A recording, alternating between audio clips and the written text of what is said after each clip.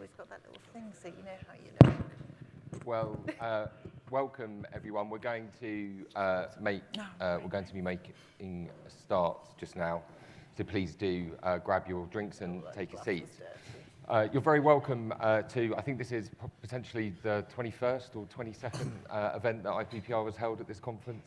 Ollie from our events team will be able to tell us the exact number afterwards, but that makes it no less important. If anything, I think this could be one of our best events, because we've just come off the back of the leader's speech, and if you were worried before you were coming to this event about whether there was going to be a shortage of things to talk about on climate and energy at this conference, I think the successive announcements every day will have disabused anyone of that. You know, we've heard the 2030 power commitment, clean power commitment on Sunday, the Sovereign Wealth Fund commitment that was announced yesterday, and just in the speech just now by Keir Starmer, the commitment to GB Energy, a publicly owned energy producer. And I'm sure that many of you will want to ask questions about that and hear from Johnny on that as well, and also from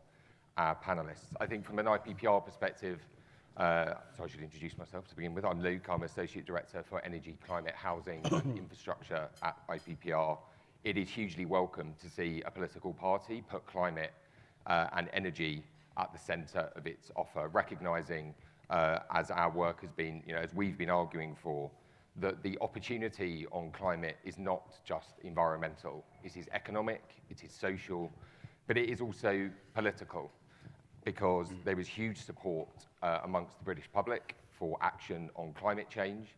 There is huge support amongst the British public, our work has shown, for bold policies on climate, and certainly we'll be looking to see whether the Conservatives seek to match that next week. But we're really pleased today that we're going to be, for this event, going to be talking about whether net zero, how we can ensure net zero benefits everyone. Our work at IPPR, through our Environmental Justice Commission and its successor, the Fair Transition Unit, that's what it's all about. Our work is dedicated to looking at how we can reduce emissions and accelerate that reduction, restore nature, and nature, crucially, is just as important, but doing so in a way that also tackles wider economic and social injustices, recognising that actually this transition to net zero is a huge opportunity to create jobs, to level up the country, and also tackle issues of health and well-being as well. So I'm really pleased that we've got such a great panel with us to discuss this today. We've got Jonathan Reynolds, who's the Shadow Secretary of State for Business and Industrial Strategy, and Johnny and his team announced the industrial strategy was it yesterday that? It feels like each conference day is quite long, it actually is, doesn't it? But yeah, it was actually yesterday. Yesterday, yeah. So I'm sure we'll hear more about that as well. We've got Dara, who's the Deputy Director from Energy UK. We have Juliet Phillips, who's the Senior Policy Advisor at E3G. We have Adam Scorer, who's the Chief Executive of National Energy Action. And we also have Tom Davis, who's the Head of Corporate Affairs for EDF Energy. And we're really grateful to EDF for supporting this event. So we're going to hear from each of our panelists for around 4 minutes, and then we want 4 minutes each, and then we'll get into discussion and look forward to taking questions from you on their contributions, and also, I'm sure, the many announcements we've heard so far. But Johnny, over to you.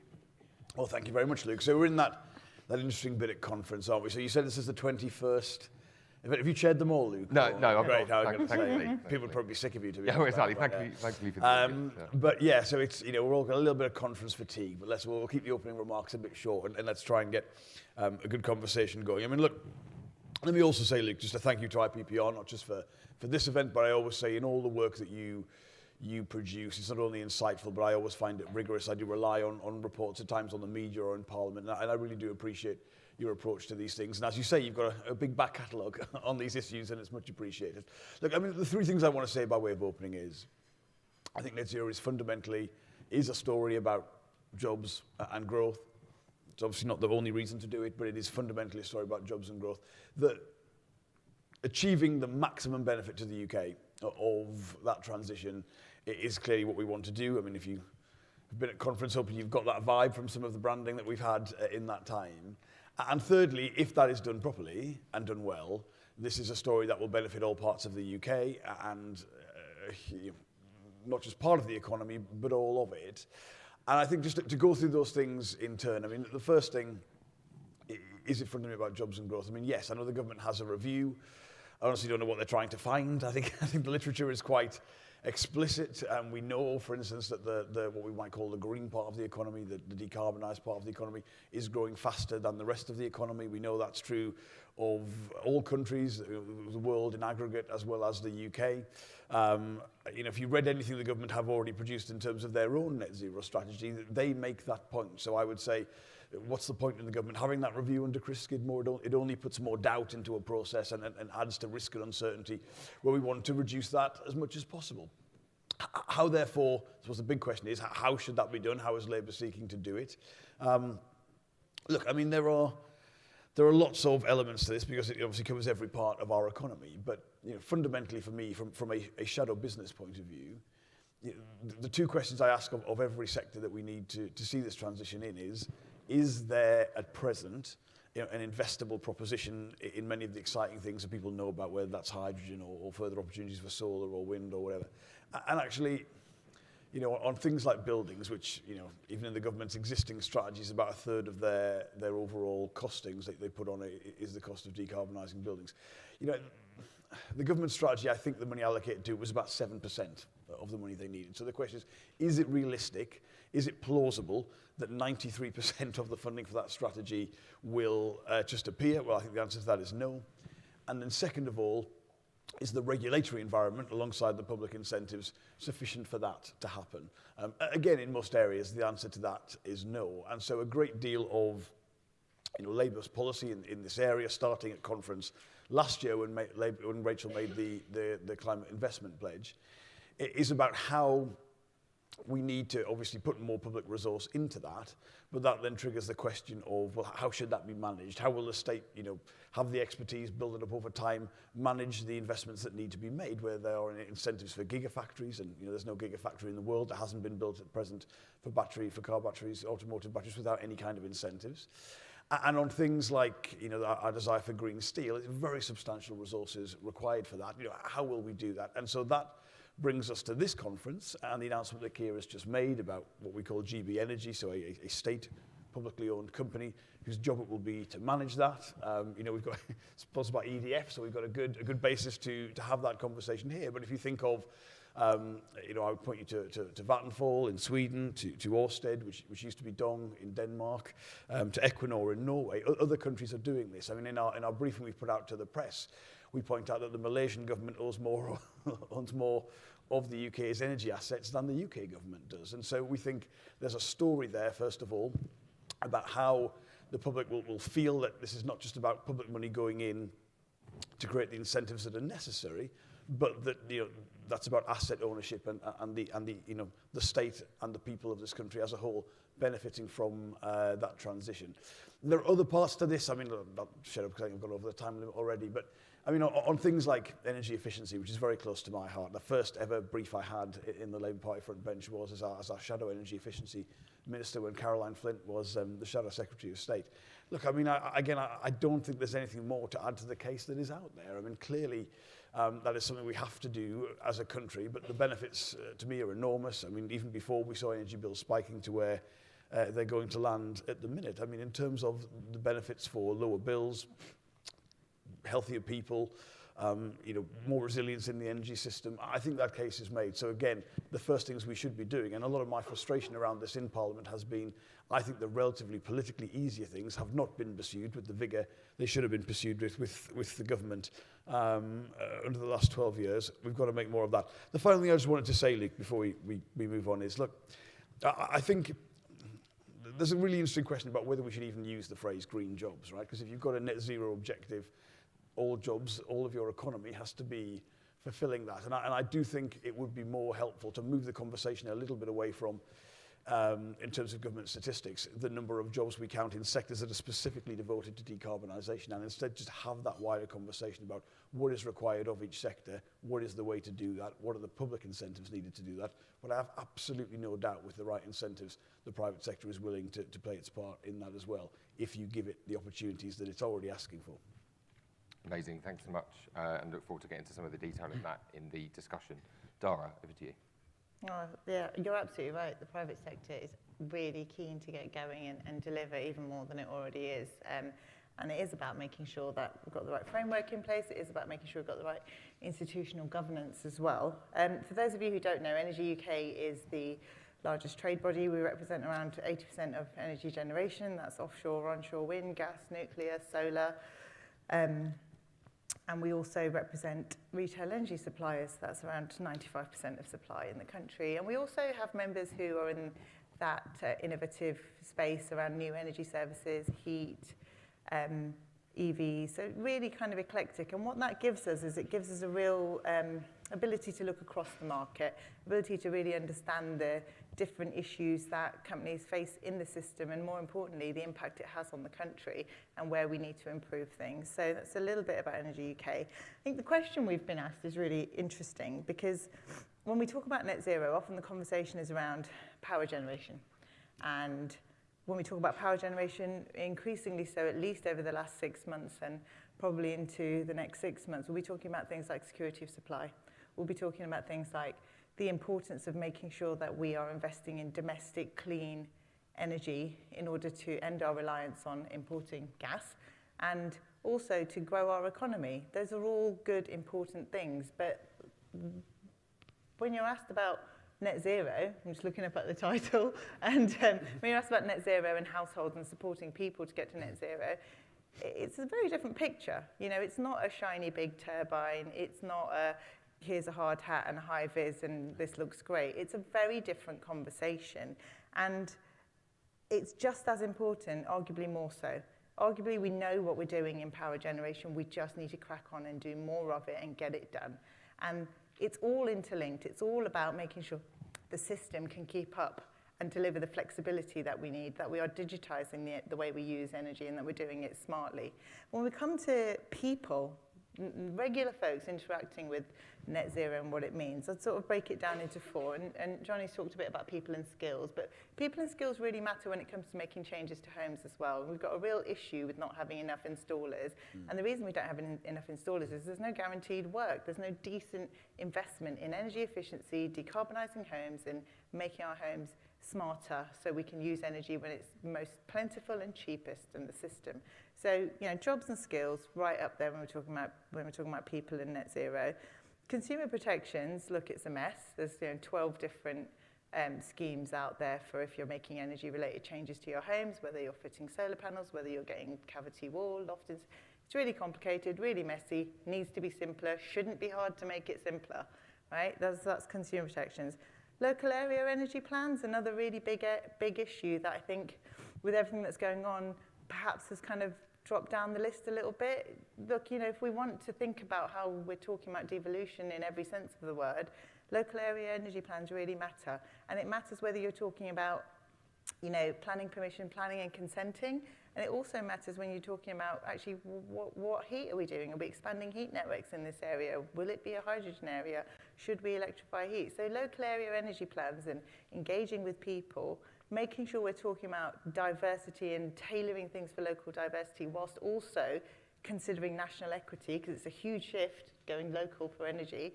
That's really important because you want to avoid a postcode lottery. And then there's a big space that I think has had a bit of attention, and attention in terms of everyone saying, hey, we're missing this, no one doing anything about it, and that's information and engagement, and it's been lacking.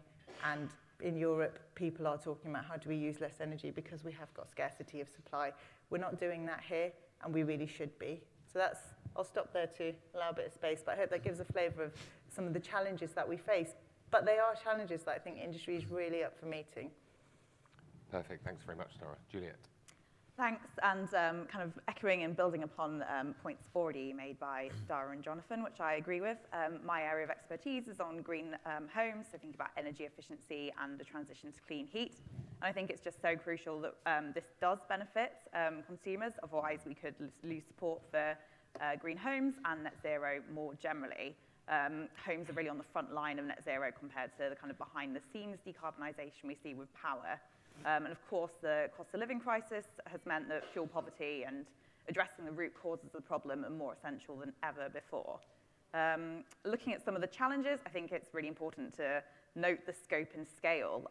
We have the coldest and leakiest homes in Western Europe, and over 85% of our households are connected to the gas grid. So the scale is enormous, and kind of related is the finance needed to get on track. The Climate Change Committee estimated that 360 billion will be needed to 2050 to decarbonise all homes and buildings, which is an enormous amount of money. And whilst the economics of energy efficiency and heat pumps have never been so good for low-income and vulnerable households, it's still going to be challenging to get those upfront costs associated with retrofits. But this is a really complicated problem. We can't just throw money at it, and I think it's really important we also think about the nuts and bolts of delivery as well, to make sure it's effective on the ground and really benefits people. And yeah, some of these issues have already been touched upon, so skills and supply chains. I think this is really key, particularly for vulnerable households, because new research shows that in the least skills are in the most deprived area. So there's kind of correlation there, and a need to focus on the levelling up for both the households and the employers. And then also consumer advice and awareness is just very low in the UK. There's very little trusted advice out there. A really good report from National Energy Action last year on how fuel-poor homes can benefit from the heat transition noted that unless people are getting supported before, during, and after the retrofit, then they might not actually end up benefiting from a heat pump because they might not know the kind of behavioural changes needed to benefit. So I think that's a really big issue. And in terms of how the government is currently performing, I'll consider the good, the bad, and the ugly. So to give them their due, I think we've got some really good existing schemes which can be built on, like the Social Housing Decarbonisation Fund, Home Upgrade Grant, and the Energy Company Obligation, or ECO. And you know, they're not without problems. There's definitely some tweaks and improvements that are needed, but I think these are a good baseline. And we did welcome the 1 billion committed last week to improve and boost eco. I think that's a good step. But in terms of the bad, this whole question around uncertainty in the heat and building strategy, there was some really good proposals in there to say tighten minimum energy efficiency standards for the private rented sector and other owner-occupier sectors, and phasing out fossil heating. But we haven't heard any responses from those consultations, and there's now a bit of uncertainty in the sector, but also around households, like what will be required of me in the future. We need that long-term certainty, and I think there's a bit of a question over that at the moment. Then on to the ugly, I would say there's been a rather lack of focus on the demand-side measures in the government's overall response to the gas crisis so far. You know, this focus on fracking and nuclear is not going to reduce people's energy bills this winter or perhaps in the long term. And there's no new energy efficiency support before the price cap increase later on, or anything, even kind of simple measures like public communications on how people can reduce their heating bills. And I think that's a massive oversight compared to what other countries like Germany, the Netherlands, and the US are doing to really make sure that heat pumps and energy efficiency are a big focus. So yeah, I think in the long term, this means the government will end up having to spend more, because if they're going to keep propping up household bills, and bills are higher than they need to be because of our cold buildings, that's potentially not so fiscally responsible. And then finally, what would we like to see the next government do? Just to emphasise that we recognise there's no silver bullet here. It's a really complicated area, and a whole ecosystem of measures will be needed, from regulations, incentives, subsidies, support, and so on and so forth. But with that said, 3 areas I'll focus on include finance, as kind of related to the scale of the problem. We're going to need a lot of money. I think the Labour pledge is really, really welcome, and really encourage other innovative ways of bringing in more finance, potentially for the UK Infrastructure Bank. Could that support local projects for social housing decarbonisation, etc.? And I think more generally about local authorities, we need to think about capacity building as well. If they're going to play a really central role in delivering the retrofit revolution, which we need, then they need to have the skills, the workers, and the capacity internally to support this. Moving on to skills and supply chains, we've worked a lot at E3G to listen to the installers and unions regarding what we should be doing both on energy efficiency and heat pumps. So we're supporting the idea of an Olympic-style retrofit task force in a similar way that when the governments wanted to scale up skills and training quickly for projects like the Olympics, they put a real effort into it. We need the same kind of supercharge now for retrofit. And on the heat pump side, we need to think about this as a just and fair transition for the heating sector more generally as we transition away from gas, making sure there's reskilling opportunities, incentives, and awareness and advice for those workers. And also an opportunity to think about gender diversity as well, because at the moment the workforce is mainly dominated by men, and there's some really great companies out there like Your Energy, Your Way, which are looking to support more females getting into heat pump installation. So love to see more of that going forward.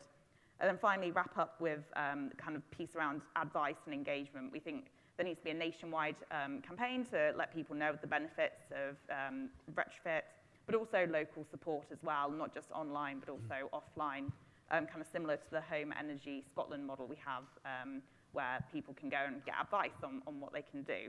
So I'll wrap up there. I recognise that's quite a long menu, but end on a positive note that if we get this right, there could be some real benefits for vulnerable households. Brilliant. Thanks very much, Adam. So there's the horrible prospect of unanimity here, isn't there? There's very little I disagree with, and I'm trying to think how to be discordant. And I'm going to struggle, but I'm going to try. So for NEA is a fuel poverty charity. Two statements are what keeps us going, to be honest. The first is that there is no pathway to net zero that does not go through the homes of the poor. If you don't do that, fail. The other one is that there's no chance of eradicating fuel poverty without progress on net zero. They're not exactly the same thing, but the pathway has to be exactly the same. So this conference has been first for a long time, I have to say. Well, the strat line, the fringes on vulnerability and net zero, the announcements, the energy has been quite heartening at a broad level, and I think that's been absolutely fantastic. But three little bits of grist in the mill. The first one would be the breadth issue.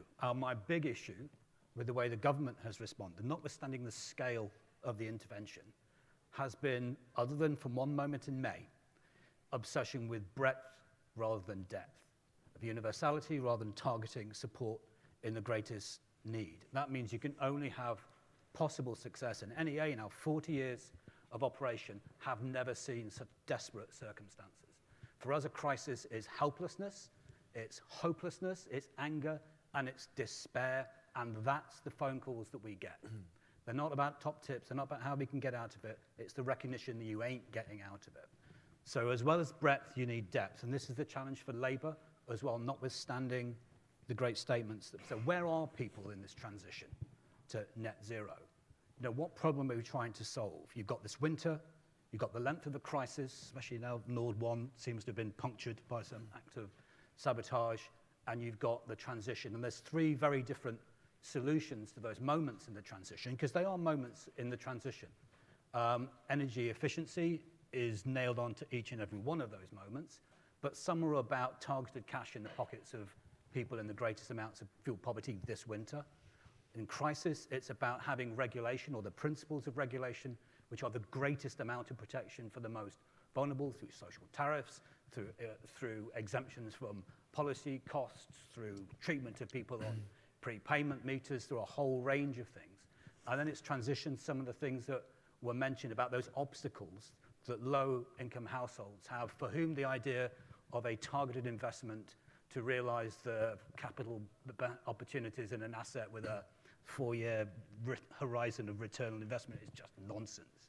It's just a foreign language. So how are you going to get over those upfront costs, those running costs, those hidden costs if you want to put a heat pump, about rewiring or connection to the grid? There's a whole range of very specific, detailed policy interventions that are going to be necessary for people on different moments in the transition and different financial kind of periods of strength or fragility in that transition. The second one is clean heat and warm homes are not the same thing. The pathway is shared, and it must be shared, but they are not the same thing. And that focus on supply and generation and zero carbon generation, for all that I support it, I think it's absolutely fantastic. It is not the same thing as making sure that a warm and safe home is a sure start for every citizen in the country, especially for people with young kids or medical conditions or disabilities. You have to focus on that. And this is the third point, again about breadth. is the many are not all the same. So I absolutely buy into support for the many, but they are not all the same. They have very different circumstances. And so the depth, whether that's through government policy, whether that's through the architecture of regulation, whether that's through obligations on suppliers, whether it's through opportunities, through community groups and local authorities and net zero communities, whatever they are, it has to be sufficiently diffuse and particular to people's circumstances in their homes, their tenure, their life chances, their opportunities, their incomes, and a whole range of different things.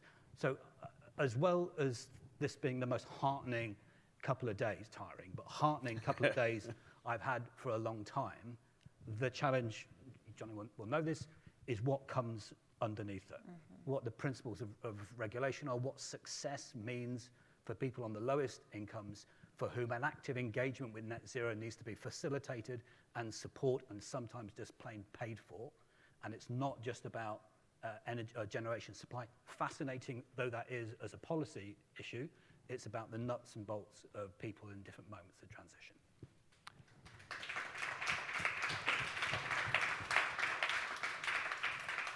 Thanks very much, Adam, and I think you've raised a couple of issues there that I'm going to put to Johnny before I kind of open out to the audience, but I do want to come to Tom first before we do that. Tom.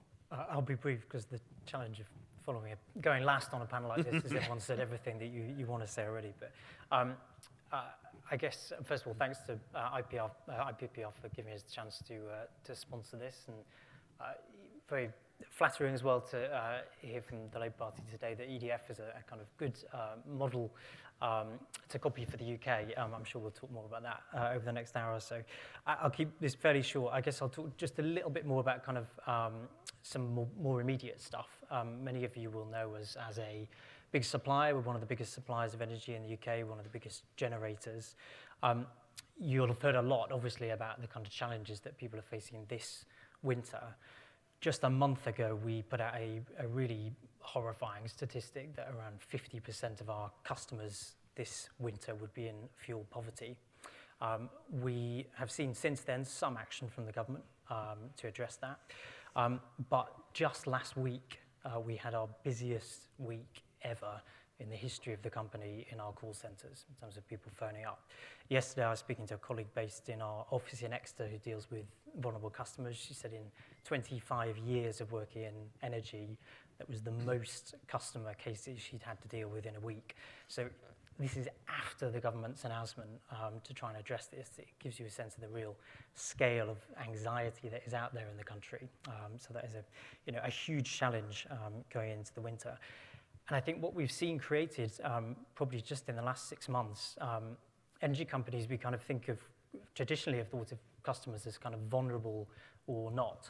I think we've kind of created in the last 6 months a kind of whole new category of customer because of what's happened in the market. And they're customers who suddenly are finding themselves having to think about their energy use in a way that they never did before. They're suddenly thinking, can I put the heating on? Can I afford to do that? They never even had to think about that before. They're suddenly trying to engage in the market, trying to find ways to save money, and that's a scary prospect for a lot of people. Finally, I'll just say, I don't think, I was at Labour conference last year, and as I'm sure many of you were, I think in our worst nightmares, we couldn't have imagined the kind of situation that we're going into this winter. But in many senses, a lot of this was a little bit predictable. We've known for years, decades, that we're too reliant on gas in this country. As Juliet said, we've known for years that our homes are just not up to scratch when it comes to energy efficiency. And the industry has been, EDF has been good about taking action to address some of that. But, faced with the kind of volatility that we've seen on the gas markets, it just tells us there is so much more to do. We've got a really urgent sort of set of call to action that we've got to deliver on. It's great for that reason to see Labour come out with a 2030 target. That is exactly the kind of ambition, the sort of scale of ambition that we need to address this. So I'll probably leave it there. There's lots more to talk about, I think. Thanks very much. So I've just got a couple of quick questions for Johnny, then we'll open it out to the audience. But it really is on this theme on how you ensure it benefits everyone, and particularly those on the lowest incomes. One is just on the freeze, because I think as Adam highlighted, as an intervention, that the government's obviously now committed to this 2-year freeze. it is broad, but for some households it won't necessarily be deep. So we know, you know, as Juliet was talking about energy efficiency, if you live in a home that's kind of EPC level F, which is really energy inefficient, the cap isn't going to, you know, that's an average, it doesn't cap everyone's bills at that absolute number. Yeah. There's going to be households that are going, that even with the cap, that are going to really be struggling and are probably going to still need more targeted support. So just kind of, you know, and there's a separate question about who pays, obviously, around the oil and gas windfall tax. But on that question, how is Labour, or what is Labour saying, I think, for those households that still need that targeted support? I guess secondly, I think more broadly on this question on fairness and how you ensure that it really is at the heart of the policies that Labour is committed to. We know that electric vehicles are, you know, obviously falling in price. They're cheaper to run, but actually a lot of lower income households buy their cars on the second hand market. Many households, vulnerable households or lower income households, will need government support with retrofit. There's going to be areas that are going to be particularly impacted by the transition. What are the kind of principle approach that Labour might take to ensure that, you know, that it really is a fair transition? It's kind of fair, you know, fair and green is in the slogan. And then lastly, around delivery, is there a trade-off between the speed at which Labour wants to go in terms of meeting its targets and the need to ensure that you are guaranteeing fairness, whether that's for jobs for certain communities, or ensuring that you're taking everyone with you? So I know that's a lot, but three pretty broad questions there, Luke. I don't know how long people have got. Yeah. But, look, on the first one, on the question of, and this has been a political question for everyone, whether the freeze to energy bills should have been a blanket one for everyone or something in a more targeted fashion, I'm pretty clear it had to be broad, because there are people who are on, you know, relatively higher income deciles in this country for whom a £5,000 energy bill is just not something they could afford. And I think actually, unfortunately, the thing to say is after 12 years of Conservative government, there are people who are, on average, you know, incomes that are, relative to other people in the UK, better off, but they're not well off enough to cope with a crisis like this. And so I think it had to be something which was, I mean, I think you're right to say, by the way, a lot of the frustrations I have is that the conversation in the press is often energy bills have been capped at a cash amount rather than the unit cost.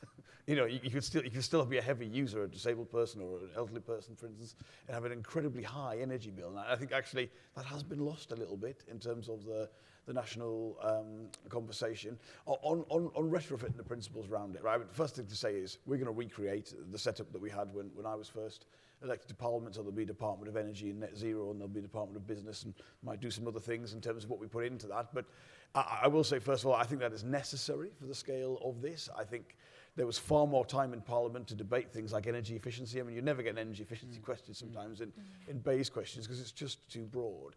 And so Ed will be in charge of that bit. He won't mind me saying a few things, though, about it. I mean, my complaint about programs like ECO, which I recognise have delivered a lot of measures, is that if your ambition is to genuinely hit our targets as a nation around net zero and take proper action on fuel poverty, if you think about a street of houses, on any one year, you say 2 people on that street are in fuel poverty and they qualify for interventions, that doesn't future-proof that street. And in futures, people might move in, but, you know, so having, as Ed said in his speech, a local area-based scheme, which we have had. I know there have been different variations of ECO, and it did have an element of this. That is what is required, and ultimately that's what brings costs down, because you're delivering, you know, in the main, similar measures to all of those properties in the same area. And I mean, the question is an enormous one about you know, how do you make this transition? On our policy around things like electric vehicles, it's not just the commitment to build the gigafactories that are required to have the jobs in place. There's specific things in there about interest-free loans, specifically to try and create a secondary market, you know, resale value and market, which you're absolutely right to say is the only way you're going to get that dissemination of ownership and at a price that people are familiar with. And on lots of these things, you know, you're not trying to spend, you know, the entirety of what is required to do it. You're trying to create a workable market that then people can interact with and move around. And one of my biggest frustrations is that I look at what we were talking about around about the time of the 2015 election. And I think, you know, for a lot of issues around domestic heating, there hasn't really been a substantial move forward in that time. There have to be decisions made. I mean, if you look at the UK's housing stock, and it's absolutely right to say that it's so inefficient compared to comparators, there are clearly, though, already at this stage, properties, I would say, that heat pumps will be the right solution for them, right? So let's get on with the right mixture of incentives and government expenditure that will create the proper market in there. And it doesn't exist. I mean, you can't, very few people can spend, you know, what is often towards £20,000 in terms of the cost of that. There are other properties for whom we know, you know, heat pumps are very unlikely to be the solution. They won't get to the right temperature. It will be heat networks. It will, I mean, I don't think hydrogen will be the domestic heating solution in the main, but there are things that can be done there. And you start that process, and then you see where the market is for the properties in between, for whom there's a choice of options. It hasn't begun on the scale, and that is what's required. Great, well, thanks very much. We're going to open up to the audience now. I'm going to take questions in threes. If you could just say who you are and where you're from. I'm going to ask you to try and keep it to questions, not comments, because I want it so that we can have a bit of a discussion back and forth. If there is a particular panelist that you're directing your question to, please do say, and I won't necessarily ask everyone to answer anything, but if one of the panelists, there's a particular question you would like to answer, please do signal. I've got a person at the back with a coat on, with a hand up. We have got a roving mic. Thanks very much. Anna Taylor from the Food Foundation. I have a question about food, not surprisingly. Obviously, getting to net zero, actually, we need to be changing what we eat to some extent. That's been laid out in the Climate Change Committee reports, and particularly around meat reduction. And obviously, we've been talking quite a lot about fuel poverty. Food poverty goes hand in hand with fuel poverty, as we know. And at the moment, many of the alternative plant-based options, whether that's plant-based milk or plant-based meat alternatives, people are priced out of being able to afford them. They're coming in considerably more expensive than the dairy or meat equivalents. So I'm interested in the green jobs agenda around that whole area of helping people to switch away from meat into other things, and what kinds of opportunities you're interested to pursue. And in parallel to that, a question probably aimed best at Jonathan is, much of the meat that we eat is in the form of junk food. And this morning we heard Wes Streeting talk about him supporting the government's recent statements on rolling back on some of the obesity prevention measures, which of course are aimed at targeting the proliferation of junk food and its sort of relentless marketing of junk food for us to eat it. And I'm interested in whether that actually seems to indicate a bit of incoherence really in the Labour approach here around the net zero goals and those that you're pursuing around obesity. Thanks. Thanks very much. There was a person here just in the second row in the purple, and a person there in the green. I don't know if you want to go to the person in the green first. Sorry. Hello, my name is Frida Schicker. I'm a visitor, a Labour Party member, and have an interest, possibly not a very expert interest, in matters of net zero. And I'm going off-piste as well. I picked up on the comment that you would like to widen the concept of what green jobs are, or don't define the particular jobs around energy production as being the only green jobs. And the Women's Budget Group, in looking for issues around care, said one of the benefits of having a proper, professionalised, well-paid care force, adequate, are green jobs, because those people will be out of the house and not needing to have their heat. You'd need to be looking at not too long commute, but that also as a job, they're jobs that are not energy consuming. And if you can, in the concept of increasing employment, they should be seen as an opportunity. And I'm afraid I've hooked on this. Do you see those sort of jobs as part of your net zero aspiration, that service jobs should be seen as part of that aspiration. Thanks very much. So should we widen the kind of definition of green jobs and just the person here in the purple? Then I'll take another 3 after our speakers. Thanks a lot. Hi, my name's Jessica Levy. I'm from the Federation of Master Builders. We're the largest trade body in the construction sector, and it's going to be our members who will be quite key to doing all the installing to make these homes warmer as part of the fairer transition. I agree with everything that the panel has said, and I'm really pleased our organisation has worked closely with many people on this panel to promote these ideas, and will continue to do so. Quick 2 questions to Johnny and an offer. The first question is, it would be helpful to get your take, even a sort of instinct to the idea that Juliet mentioned about some form of delivery hub, not to take away for a moment the need for local delivery, but a delivery hub nationally to coordinate and to set that crucial direction and confidence to the sorts of installers and others involved in the supply chain, the businesses we represent who don't currently have that confidence and as a result aren't really getting on with this, and they need to. Second question, in delivering Labour's brilliant ideas that have been outlined over the last couple of days, will you be working closely with your colleagues in the education team, because skills is the biggest problem we face here? And just the offer that in delivering and developing the delivery, we're very happy to work with you. Great, thank you. Thanks very much. You thought my questions were broad. Food, definition of green jobs, and the skills challenges. I'm going to come to Johnny, but if others want to come in on these questions, do flag Adam. Yeah, so let's start with Anna's questions about food. I mean, I think food is an area where behaviour change is a bigger part of the story than in other areas. I can't say yet I'm personally fulfilling where I need to get to in terms of my own diet and purchases, but my wife and my daughter are vegetarian. So it's interesting, and you mentioned that the price differential. I mean, I do our shopping, and I don't notice that as much, because I think there's been a tremendous evolution in vegetarian and vegan products, and I do think inevitably, where this is going is, even those of us who are quite, already got a substantial part of their diet is meat, the alternatives are, and the market is developing so much. So as an expert, I will take your point about the price differential, but I do think already the sheer amount of innovation that's going on in that is quite significant.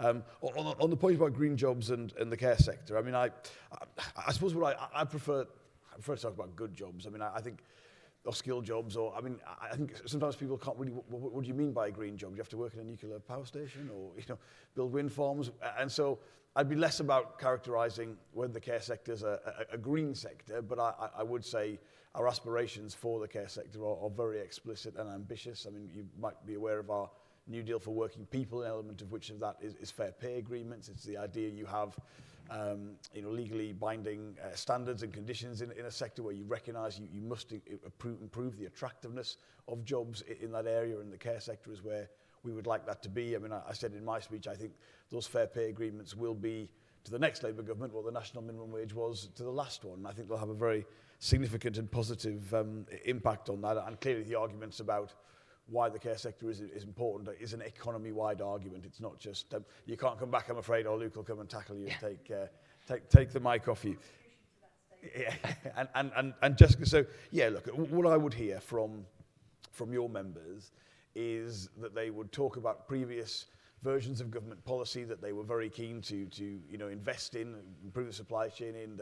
The original eco programme and David Cameron's cut the green crap comments would be cited as a lack of certainty and the risk of the UK not fulfilling what it says, and clearly to get things certainly to the delivery on the scale required and at the cost required, it does require a huge response to that. So I would be interested in anything that would improve confidence, would improve the coordination of that. I think that could be a huge asset indeed. And on our relationship with the education team, yes, I mean, the biggest issue for businesses is always skills.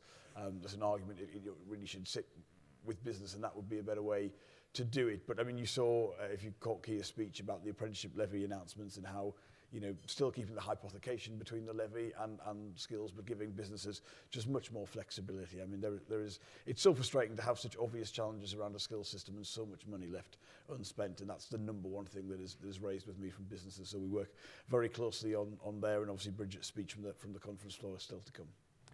Thanks very much. Julia, Adam, anything to add? Adam, Well, I mean, I wanted to respond to Anna's point about food insecurity and healthy food deserts and fuel poverty. And it's been an incredibly illuminating and instructive relationship that we're developing with Food Foundation. Because one of the things I most want to see, if I was being honest, one thing I most want to see in the relationship between net zero and decarbonisation, energy efficiency, and fuel poverty is this elevation of it away just from carbon and cost and to the health and well-being agenda, what a warm and safe home is.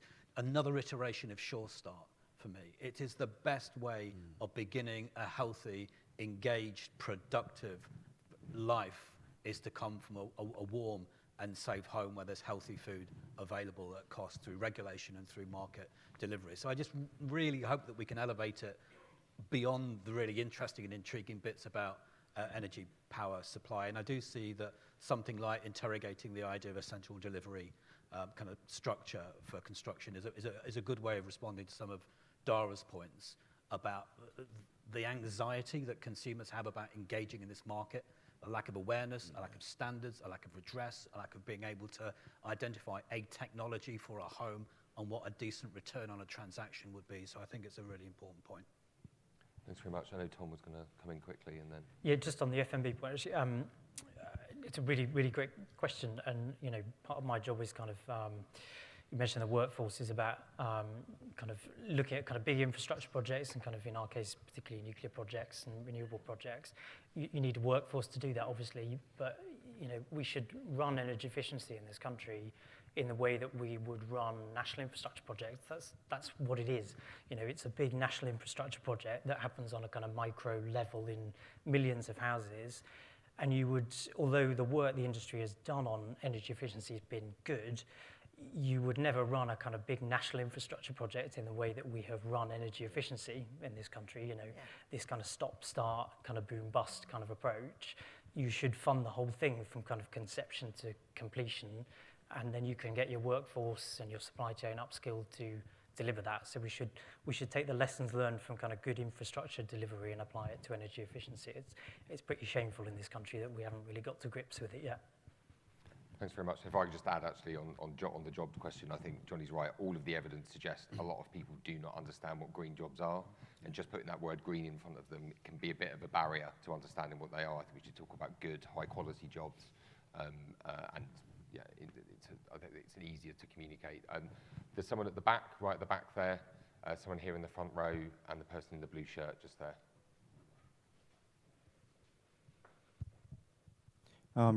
Chris Weller, Canterbury CLP, and I'm a building control surveyor, have been my whole working life. So it's all about greening up our homes, really, maximising how we do that. And I'm yet to be convinced about air source heat pumps. It seems to me that for the great majority of housing, which is gas grid, poorly insulated, leaky homes, you've got to do a whole lot to make an air source heat pump work. You've got to have the space, you've got to insulate the walls, roof and floor, you've got to big up the radiators, you've got to underfloor heating. It's massive retrofit. Wouldn't we be better to go much bigger on making our gas grid a hydrogen gas grid, and basically altering our boilers accordingly and doing it that way? I'd like to hear your views. Thanks very much. Hydrogen over heat pumps. Actually, the person here is probably nearer, and then in the front row, in the blue shirt. Hi, my name's Vic Parks. I'm Reigate CLP, and I actually agree with everything you said, young man. I've forgotten what your name is. You called me. I also feel the same as you. I also feel the same as you. It's like being in the lion's den, you know, when you're on a panel such as this where there's a load of vested interest, with all due respect. And I do understand that. One of the things I would say about the Green Agenda, in the Labour Party, it's a juggernaut, and it's very, very hard to oppose it because it's the mainstream. Where it's going to go off a cliff, well, that's another matter. One of the things I'm concerned about, and there's many things I'm concerned about the Green Agenda, And one of the things is, who does it hurt the most? The poor. Who does it benefit the most? The rich. As they drive their electric Bentleys through London on empty streets, they'll be saying to Extinction Rebellion, oh, thank you for this. This is great. Because all the plebs to be driven off the road. And it's already happening in London. The GLA is extending its ultra-low emission zone, and all the other green Labour councils are bringing in again the clean air zones. Who does that hurt? The poor people who got their old bangers, and they're not luxury. I think, please, they are a necessity for many, many people these days. And I personally don't think Labour intelligentsia give a damn. They are bigoted and they are smug and arrogant. Thanks very much for that's I think a challenge to the premise of the event, and I think we'll definitely have our speakers respond to that. Like, is it really something that will benefit everyone? Over to you. Tony Doyle. I'm a manufacturer of energy-saving products. Two quick questions. One, does anyone know the progress and likely success of the Rolls-Royce Modular nuclear reactors? And two, with renewables, sometimes you'll have a surplus and therefore virtually free hydrogen production. Sometimes you'll have a shortage, and until we're completely covered with baseline nuclear, we'll have to burn some fossil fuels for that shortage. People talk about carbon capture and storage. I have heard, and does anyone else know anything about it? Heard about it about 5 years ago. In Iceland, they are burning the carbon twice because they're using their thermal, ground thermal energy to create with hydrogen maybe methyl alcohol and ethyl alcohol, and there's the carbon. You've dissipated one oxygen atom and a lot of hydrogen, and you can reburn that, particularly because sometimes you'll need fluids for transport. Question was, does anyone know anything about it? Okay. Thanks very much. Adam, I might come to you first. Is this an agenda for the rich rather than the poor? Well, the challenge is to make sure it's not. I mean, my principle is you do the worst first. The people in the worst circumstances first should be at the front of the queue, especially for state support. And I also think it's a great way of making markets by having that focused amount of investment and outcomes, especially street-by-street energy efficiency from markets that are still very immature. So actually, I think it's a good market way. But I don't disagree with the characterization, but I do think that the worst first is the principle for any big state support kind of for it. If I could also just do with the heat pump point, I think Johnny actually did it pretty well. There's a lot of competition, technological competition. Yeah. I quite like tech evangelism. I don't like tech idolatry. And the idea that something is always the solution for everything doesn't quite work. So heat pumps have got a great role to play as long as you can remove the obstacles, the cost and the connections and the behavior change and the awareness of how to use it in the homes of people who are not going to be able to make that transaction for themselves. Juliet, did you happy to also pick up on hydrogen. And yeah, I totally get the points that heat pumps aren't always straightforward, but they are proven technology which have been rolled out at scale in many other similar countries to our own, and even some which are colder. And I think hydrogen does have a really important role to play in a net zero economy, but we've got to be strategic about its use, because meaningfully green hydrogen produced using renewables is likely to still be decades away from mass market. So I think there's a bit of a risk if lots of people are installing hydrogen-ready boilers, but then green hydrogen never comes to the grid, then people have spent money on something which might not be, actually helping with decarbonisation in the short term. There's also been some reports out which suggest that hydrogen could be more expensive than gas, and it could be more expensive than heat pumps, looking at the whole life cycle. So I think there's kind of a real need to follow the evidence and the science and where hydrogen does and doesn't make sense, and that would be a key message I'd want to bring across. And also just on the question about how we can make sure it really does benefit the vulnerable, no-income people and not kind of seen as a preserve of the rich. I think policy making really needs to make sure that fuel-poor homes are really centrally considered with costs fully covered, and kind of more use of incentives and subsidies to kind of pump prime the market for the the so-called able to pay, although I think that's a term given the cost of living crisis, which is, highly in doubt at the moment. Thanks very much. Dara, Tom, potentially the Rolls-Royce nuclear question, you might be able to answer that, and if you want to touch on the others as well. I'll come to Dara first and then Tom. Yeah, I'll let Tom talk about the small modular reactors, although I think it's really interesting and exciting technology and could play a great role in our system. And it does lead to kind of a point on the hydrogen as well. Actually, we do need all technologies. If you look at any of the expert advice, whether you're talking about the 6th carbon budget or you're looking at the future energy scenarios from the energy system operator, you do need a mix of technologies across our grid, and we do need to be thinking about what replaces that base load that gas covers right now. So it is important that we are talking about all of that, and that does include carbon capture and storage. I actually don't know about the example you were saying, but I'm off to Google it after this. But I do think that, carbon capture and storage is just one of those vital things that we do need to almost smooth the way for, and that's the thing with a lot of the energy technologies at that grid level, at that kind of asset scale. We need to be extending asset life, thinking about actually what are the roadblocks in the way to getting some of this done sooner and ensuring it doesn't have any negative consequences, but really kind of pushing ahead with exploring that because we don't have time to waste. On who does it hurt? The poor helps the rich. One of those things I think that, making decisions about any policy area, and energy is a very good example of this. There are trade-offs. Are you thinking about today's customers or tomorrow's customers? Who's footing the bill? Does it help rural customers, urban customers? Fairness. And when we talk about energy, we talk about a just transition. It's meaningless to most people. It's just about fairness, and does this feel fair for me?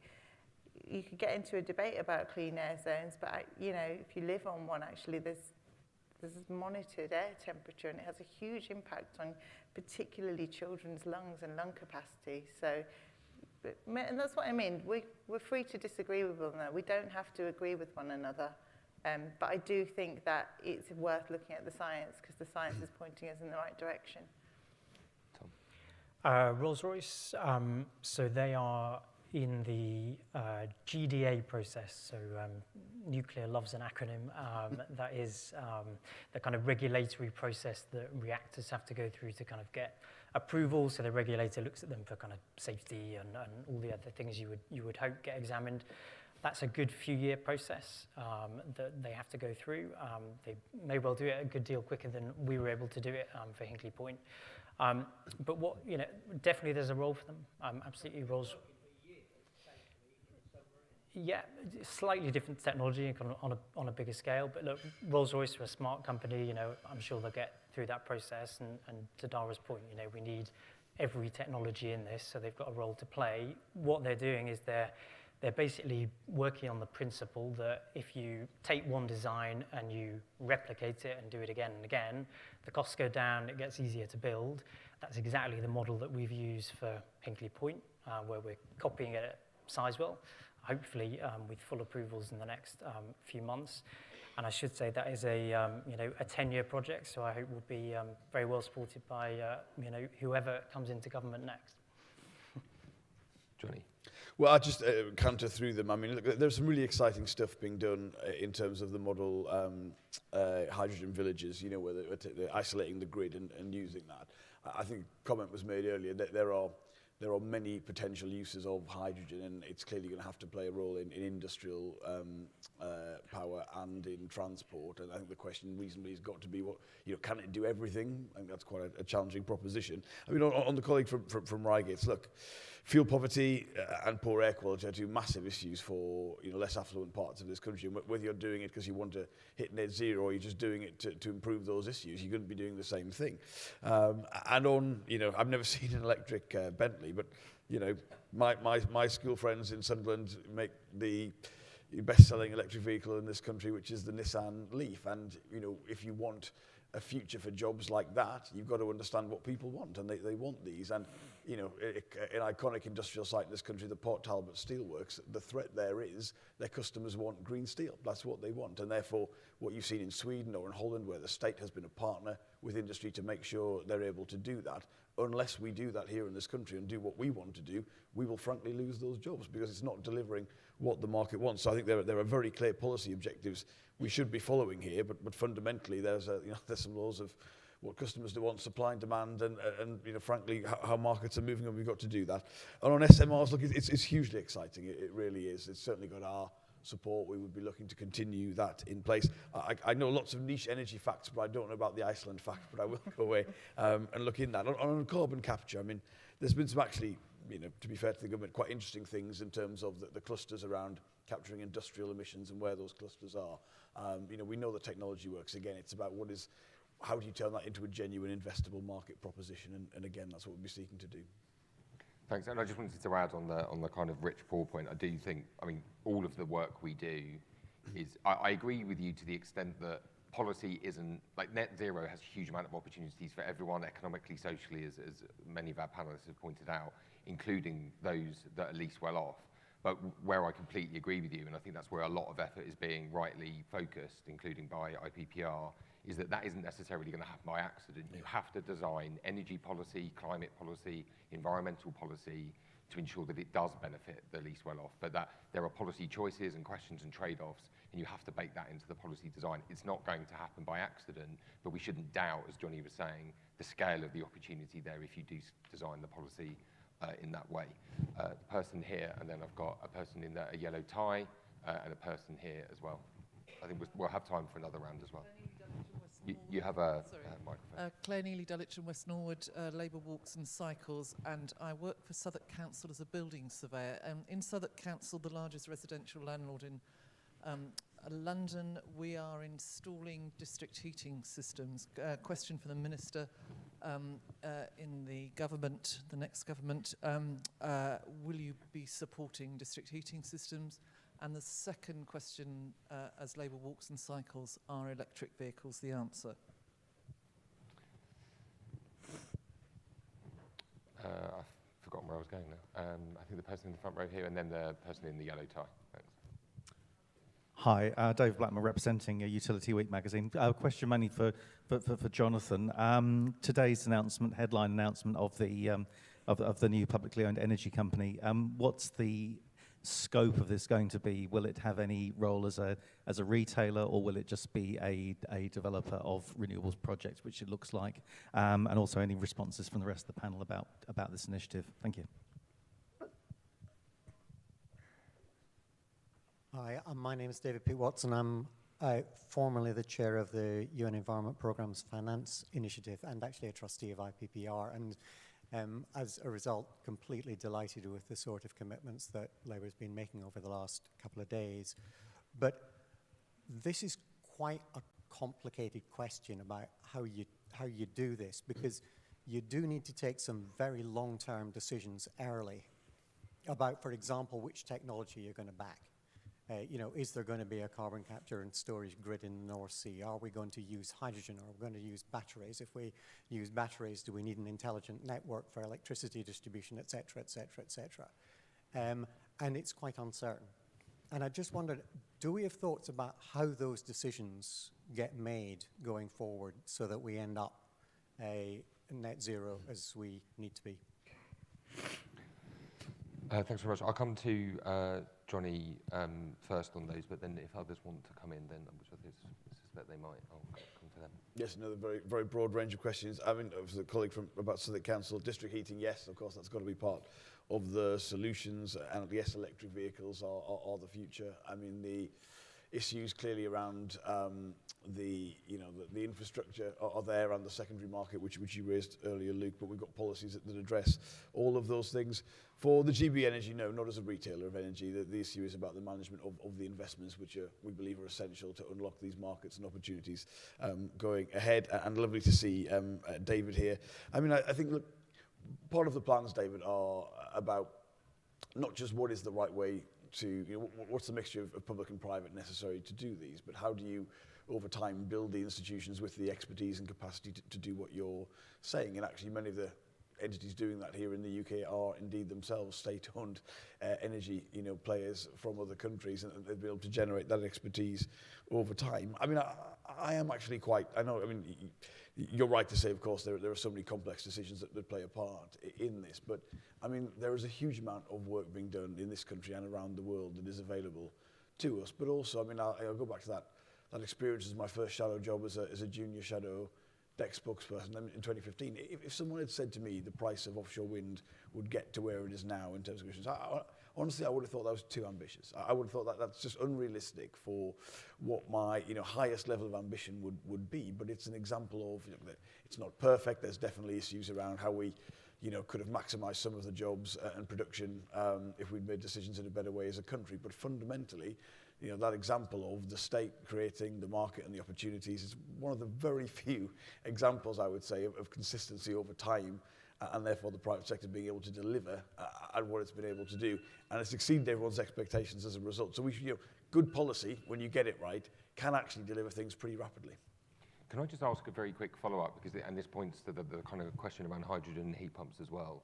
What does this actually mean in practice for Labour's industrial strategy? Is it a question of backing particular technologies? I mean, I have read it, but it'd be good to hear for the audience.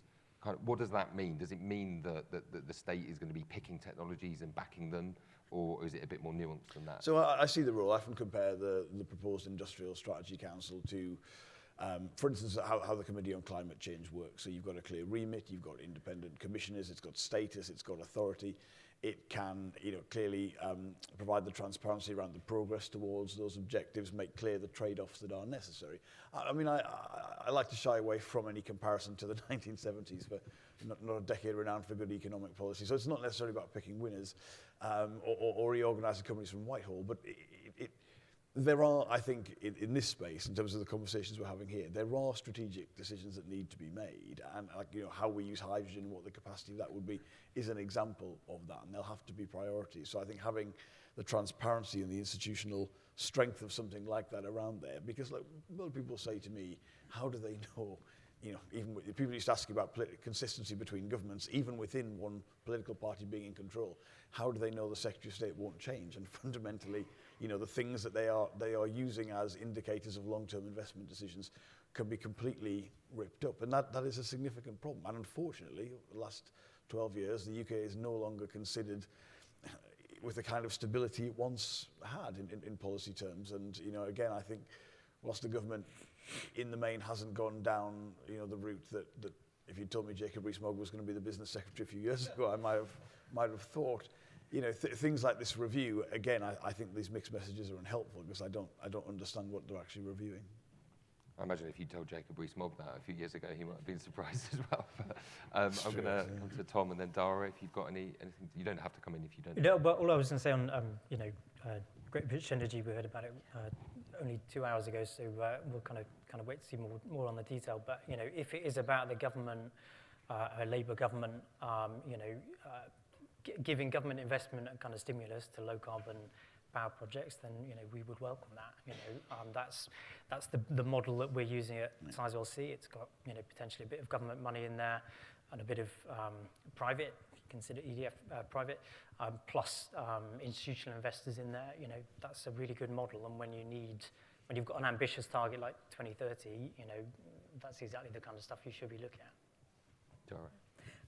Build on that, really. I think, ultimately the question around which technology you back, all of this stuff has really long-term investment horizons, and it is difficult, and we are competing on a global market, and the truth is that we're competing with countries who have set plans and set out technology roadmaps that we just don't have in this country at the moment. So, you have to remember that that's who we're competing with, and that's what we need to be thinking about when we're talking about investing in things like battery capacity, hydrogen, at grid scale, and how those decisions get made. I do think it's really incumbent on government.